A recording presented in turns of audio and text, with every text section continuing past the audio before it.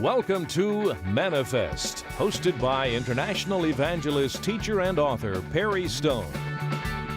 Enjoy unique insight into prophetic and practical truth. It's time to feast on fresh manna, so get ready to be blessed and encouraged. And now, here is your host and teacher, Perry Stone. Pay careful attention to where I'm standing. I have a replica of what was known in the time of the tabernacle and the temple of the golden altar. It was the highest piece of furniture in the tabernacle and the temple, higher than the others. It had four corners to it, and the four corners, of course, represent the four regions of the earth: the north, the south, the east, and the west.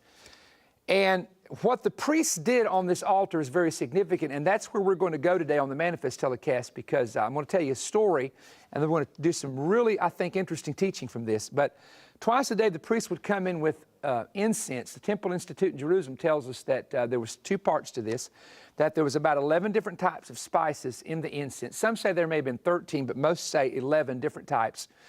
There was also a spice that was put in there that was taken from a plant, the leaves of a plant that used to grow at the Dead Sea. Now, it doesn't grow there today. In fact, it's kind of a mystery. And when you would cut this plant up and you would put it in with the incense, then the priest would then go to another altar, and I have a replica of that behind me. That, of course, is the brass altar, and the brass altar had three fires on it.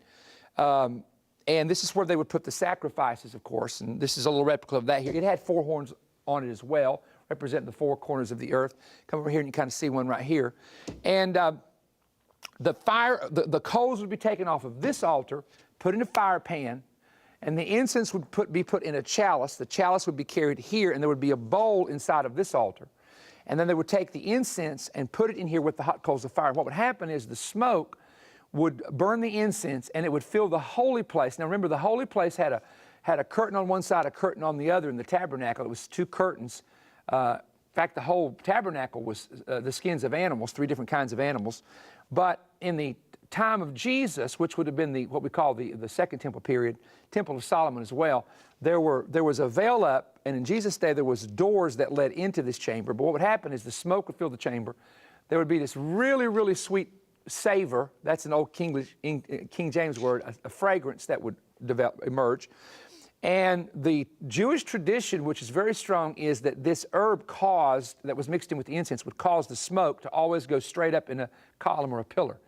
Now, the reason of understanding the significance of incense being put on this golden altar is this, that in the book of Psalms, the writer